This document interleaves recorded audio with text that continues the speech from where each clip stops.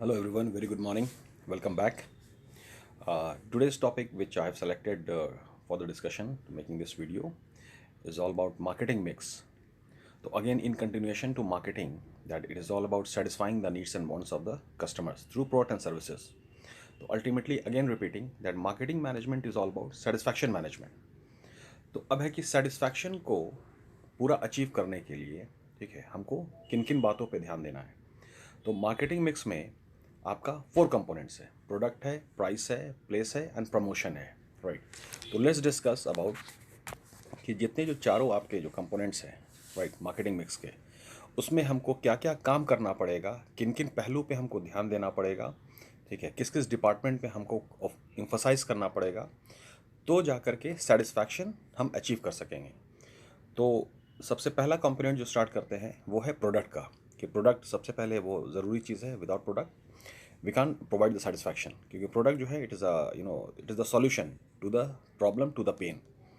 तो प्रोडक्ट में हम लोगों को, जो आपकी स्क्रीन पे हमने शेयर किया हुआ है, दैट इज़ उसके फीचर पे काम करना होगा, जो कंपोनेंट्स है प्रोडक्ट का, and the ultimate objective is satisfaction. तो how to achieve satisfaction with respect to product. तो प्रोडक्ट में हमको फीचर्स को डालना होगा, वो सारे फीचर्स जो मेरी ज़रूरत को पूरा कर सके, उसकी क्वालिटी पे ध्यान देना होगा हम लोगों को। प्रोडक्ट की ब्रांडिंग बेहतर करनी होगी हमको। ब्रांडिंग से हमने पहले भी एक वीडियो बनाया था ब्रांडिंग का।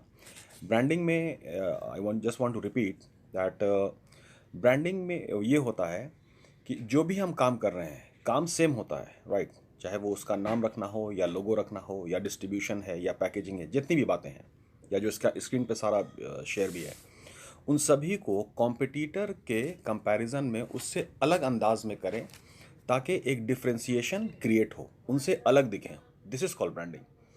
ब्रांडिंग सेम काम हो रहा है, सारा काम सेम करना है, लेकिन इस अंदाज में कीजिए कि औरों से आप अलग दिखिए, एक अलग आपकी पहचान बने, एक अलग तस्वीर बने, एक अलग पोजिशनिंग हो, राइट। तो this is branding all about. तो ब्रांडिंग पे भी काम करना होगा। फिर आपका पैकेजिंग है, सर्विसिंग है, वारंटीज़ है, सर्विसेज है और वारंटीज़ है। तो ये कुछ कंपोनेंट्स है प्रोडक्ट के डिपार्टमेंट में, जिन सभी पे हमको ध्यान देना होगा, काम करना होगा, तो जा कर के हम सेटिस्फैक्शन को अचीव कर सकेंगे, और तब जाके मार्केटिंग बेहतर हम डिप्लॉय कर सकते हैं, right. The next component happens to be price. तो जो भी प्राइस है प्रोडक्ट का, उस पर हमको बहुत सारे चीज़ पे काम करना होता है, तो सेटिस्फैक्शन, मतलब प्राइस को हम अपने हिसाब से नहीं रख सकते हैं कि हमको ज़्यादा प्राइस रख दें ताकि हमको ज़्यादा मुनाफा आएगा। उस तरह से लोग, कस्टमर जो है उसको एक्सेप्ट ही नहीं करेंगे, राइट। तो हमको प्राइसिंग स्ट्रैटेजी पे करना होगा, उसको अलाउंसेस को हमको उस पर काम करना होगा, डिस्काउंट्स हमको देना होगा। डिस्काउंट्स है, आपका सेल्स प्रमोशन का बहुत सारा पार्ट है जो आपका प्रमोशन में शामिल होता है। तो अलग अलग अंदाज में हमको प्राइसिंग स्कीमिंग का भी करना होता है, कि प्राइस घटा करके बढ़ाना, तो फिर एक तरह का सेटिस्फैक्शन क्रिएट होता है, राइट।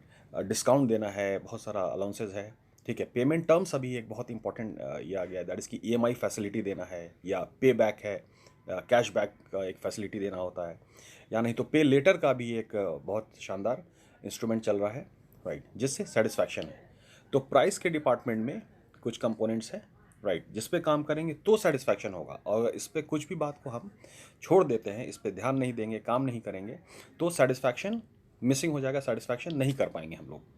तो अगेन रिपीटिंग कि सिर्फ प्रोडक्ट का बेहतर बनना, कि प्रोडक्ट में बहुत शानदार फीचर है, सब कुछ अप टू द मार्क है, अप टू द स्टैंडर्ड है, by all standard the product is very good, but अगर उसका प्राइसिंग अगर बेहतर नहीं है, तो फिर है कि कस्टमर एक्सेप्ट नहीं करेंगे और फिर सेटिस्फैक्शन नहीं हो पाएगा। मतलब कस्टमर इस तरह से देखते हैं कि एनी प्रोडक्ट जो हम पैसा दे रहे हैं अपनी जेब से, राइट, तो it is worth paying for it, ये मुनासिब है इतना रकम इस चीज़ के लिए देना, वो कस्टमर को एक फील आना चाहिए, तो सेटिस्फैक्शन होगा। खैर, तो दो पहलुओं को हम लोगों ने देखा, two aspects, that is product है और प्राइस है, इन दोनों कम्बिनेशन में इस डिपार्टमेंट में काम करेंगे तो सेटिस्फैक्शन होगा। Now coming to place. तो उसमें कंटिन्यूएशन में है कि जो भी प्रोडक्ट हमने बनाया है, प्रोडक्ट हमने बहुत शानदार बनाया है, इट्स वेरी गुड, और प्राइस भी उसका बहुत शानदार स्ट्रेटजी रखा है हमने, that is it well within reach to the pockets of the customers. लेकिन अगर जो भी प्रोडक्ट है वो कस्टमर के प्रॉक्सिमिटी में नहीं होगा, नियरनेस में नहीं होगा, बहुत दूर में अगर उसको हम बेच रहे हैं, उसका जो शोरूम है सारा चीज़, राइट, तो फिर सेटिस्फैक्शन नहीं हो सकता है। तो प्लेस में हमको ये देखना होगा कि उसका जो डिस्ट्रीब्यूशन है वो वाइड स्प्रेड है या नहीं। अगर वाइड स्प्रेड डिस्ट्रीब्यूशन नहीं होगा, दैट इज़ कि प्रोडक्ट का मिलना हर जगह पर, जो भी अगर एफएमसीजी की बात कर लें या एफएमसीडी की बात कर लें, फास्ट मूविंग कंज्यूमर गुड्स है या कंज्यूमर ड्यूरेबल्स है, तो जो भी प्रोडक्ट है, जो भी कैटेगरी, उसका कस्टमर से प्रॉक्सिमिटी, नियरनेस होना चाहिए, तो कस्टमर को सेटिस्फैक्शन होगा। तो दैट इज़ कि सिर्फ प्रोडक्ट का बेहतर बनना, उसमें सारी फीचर क्वालिटी बहुत शानदार है, उसका दाम भी बहुत मुनासिब है, बहुत एक्यूरेट है, ये दोनों काफ़ी नहीं है सेटिस्फैक्शन को रीच करने के लिए। प्रोडक्ट को कस्टमर तक पहुंचाने का काम को भी बेहतर करना होगा, हर लोकेशन पे प्रोडक्ट को मुहैया करवाना होगा, अवेलेबल करवाना होगा, तो जा कर के आपका सेटिस्फैक्शन होता है। अब प्रोडक्ट बहुत बेहतर है, प्राइस भी बहुत बेहतर है, बट वो बहुत दूर में मिल रहा है, कस्टमर को स्ट्रगल करना पड़ रहा है उस प्रोडक्ट को हासिल करने के लिए, ख़रीदने के लिए, तो फिर जाहिर सी बात है कि सेटिस्फैक्शन में कमी आ जाएगी। तो this is not a very good marketing. तो प्लेस के एतबार से हमको वाइड स्प्रेड पे ध्यान देना होता है, ताकि बेहतर चैनल को हम अडॉप्ट करें। जो मेथड है आपका, 0 लेवल है, 1 लेवल है, 2 लेवल, बहुत सारे चैनल है, राइट, सो दैट कि मार्केट कवरेज जो है मेरा ज़्यादा से ज़्यादा हो, ठीक है, और हर लोकेशन पे प्रोडक्ट पहुंच जा सके। तो प्रोडक्ट का बनना बहुत ज़रूरी है, उसका दाम रखना बहुत बेहद ज़रूरी है, और फिर उसका प्लेस डिस्ट्रीब्यूशन होना बहुत ज़रूरी है। प्लेस को जब भी हम लोग लिखें तो जहन में डिस्ट्रीब्यूशन से रिप्लेस कर लीजिएगा प्लेस को। चलिए, 3P हुआ। अब 4th P happens to be promotion. तो प्रमोशन का जो आपका कंपोनेंट्स है, दैट इज की as on your screen it is written, sales promotion है, एडवर्टीजमेंट है, पब्लिक रिलेशन है, डायरेक्ट मार्केटिंग है, राइट। तो अब है कि सेल्स प्रमोशन क्या होता है। तो sales promotion happens to be, it is a collection of incentive tools, कुछ इंसेंटिव देते हैं कस्टमर्स को टू जनरेट इमीडिएट रेवेन्यू, या कस्टमर के सेटिस्फैक्शन के लिए भी। दैट्स की वो जो बहुत सारा टूल्स है, लेट्स से 50% डिस्काउंट होता है, एक पे एक फ्री होता है, क्वांटिटी डील है, 1 लीटर का 1.25 लीटर है, इस तरह से, राइट। कुछ कूपन्स है, रिबेट्स है, प्रीमियम्स की बहुत सारी सीरीज़ है, सैम्पलिंग की सीरीज़ है। तो ये सारा टूल्स है जिसको भी लगाना बहुत ज़रूरी है, तभी जाके कस्टमर का सेटिस्फैक्शन होगा। क्योंकि कस्टमर अब जो हैं वो बहुत ज़्यादा पसंद नहीं करते हैं, प्रेफर नहीं करते हैं MRP पे सामान को ख़रीदना, मैक्सिमम रिटेल प्राइस, बिकॉज कि जेब में जो पैसा है, राइट, कस्टमर के, वो एक्चुअली हर दिन डिप्रिशिएट कर रहा है, राइट। मतलब वो हम डॉलर के वैल्यू से देख लेते हैं या पेट्रोल के वैल्यू से देख लीजिए कि हर दिन चीज़ें महंगी हो रही हैं। इसका मतलब है कि कल हमने जितना पैसा दिया था किसी चीज़ को ख़रीदने के लिए, आज उतनी ही क्वांटिटी में उस चीज़ को हासिल करने के लिए हमको ज़्यादा रकम देना पड़ रहा है। तो अब कस्टमर का एक वरी है कि हमको जो भी मेरे पास पैसा है उसमें ज़्यादा से ज़्यादा हमको चीज़ें मिल सकें, राइट। तो इसलिए सेल्स प्रमोशन को अब टूल्स को लगाया जाता है, सो दैट कि कस्टमर को इंसेंटिव मिले, बेनिफिट मिले, और फिर वो उनका इम्पल्स बढ़े, मोटिवेट हो, और वो उस चीज़ों को ख़रीदें। एडवर्टीजमेंट एक बहुत इंपॉर्टेंट है। Advertisement is all about creating awareness, जागरूकता, इन्फॉर्मेशन देना, नॉलेज देना, लर्निंग कराना। तो पिछले वीडियो में जो हम लोगों ने डिस्कशन किया था, that was about the black box model, कि कस्टमर का ब्रेन किस तरह से बिहेव करता है। तो जब तक मेरे पास इन्फॉर्मेशन नहीं होगा, ठीक है, हम किसी चीज़ को परचेज डिसीजन नहीं करेंगे। हम पहले इन्फॉर्मेशन लेना चाहते हैं, फिर उस इन्फॉर्मेशन को black box, that is happens to be the consumers mind, उसमें हम इवैल्यूएशन करते हैं कि क्या ये जो प्रोडक्ट है जिसका मैसेज एडवर्टीजमेंट के थ्रू दिया जा रहा है, और मेरी जो ज़रूरत है वो उसमें पूरा करने में उसमें समीकरण बैठ रहा है या नहीं, उसमें कम्बिनेशन है या नहीं, उसमें आपका फ्रीक्वेंसी मैच कर रही है कि नहीं। अगर प्रोडक्ट का जो फीचर है, राइट, वो ज़रूरत को पूरी करने में सक्षम है, ये इवैल्यूएशन हो रहा है मेरा ब्रेन में, तो अगर रिपोर्ट पॉजिटिव आएगी, इवैल्यूएशन जो ब्रेन का है, राइट, तो फिर हम परचेस करते हैं, नहीं तो फिर हम उसको रिजेक्ट कर देते हैं। तो advertisement again happens to be very important component of marketing. तो दैट इज़ की वंस अगेन अगर रिपीट करें कि सिर्फ प्रोडक्ट का बेहतर बनना, उसका दाम का बेहतर रखा जाना, और डिस्ट्रीब्यूशन बहुत अच्छे तरीके से कर देना, ये काफ़ी नहीं है सेटिस्फैक्शन प्रोजेक्ट को अचीव करने के लिए। मेरा प्रोजेक्ट है सेटिस्फैक्शन, टारगेट, ऑब्जेक्टिव, मिशन। तो एडवर्टीजमेंट करना बहुत ज़्यादा ज़रूरी है, सेल्स प्रमोशन भी देना बहुत ज़रूरी है। पब्लिक रिलेशन का जो काम होता है, it is all about creating the image of the company. Advertisement में प्रोडक्ट के बारे में बोला जाता है, प्रोडक्ट की पोजिशनिंग की जाती है, छवि बेहतर की जाती है, बताई जाती है बात को।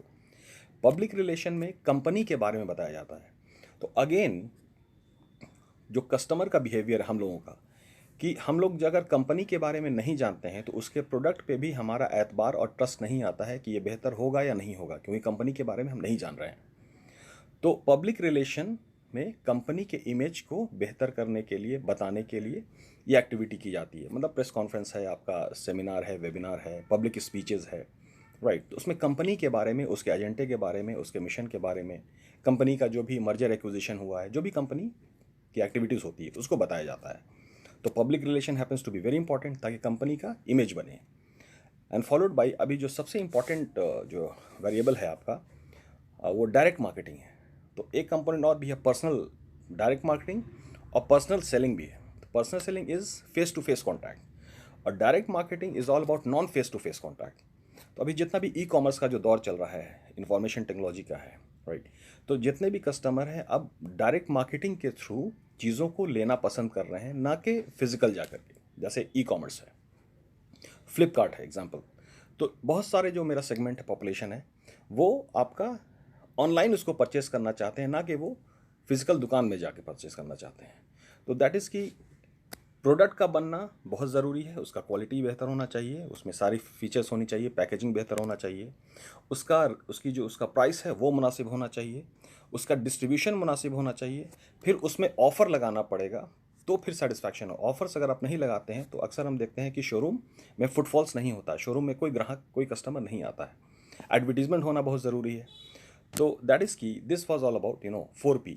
तो 4P को इस तरह से हम कहें कि ये 4 डिपार्टमेंट है, जिस चारों डिपार्टमेंट के अलग अलग कंपोनेंट पे, सब डिपार्टमेंट पे काम करेंगे, तो जाकर के ultimately end of the day हमको सेटिस्फैक्शन अचीव कर पाएंगे कस्टमर का, right. So thank you very much for today. Next video में हम लोग 7P के बारे में डिस्कस करेंगे, जो एडिशनल 3P है, तो वो सर्विस इंडस्ट्री को लेकर के है, राइट। तो नेक्स्ट वीडियो में will talk about the additional 3P। Thank you very much. Do subscribe our channel. Wish you a good day.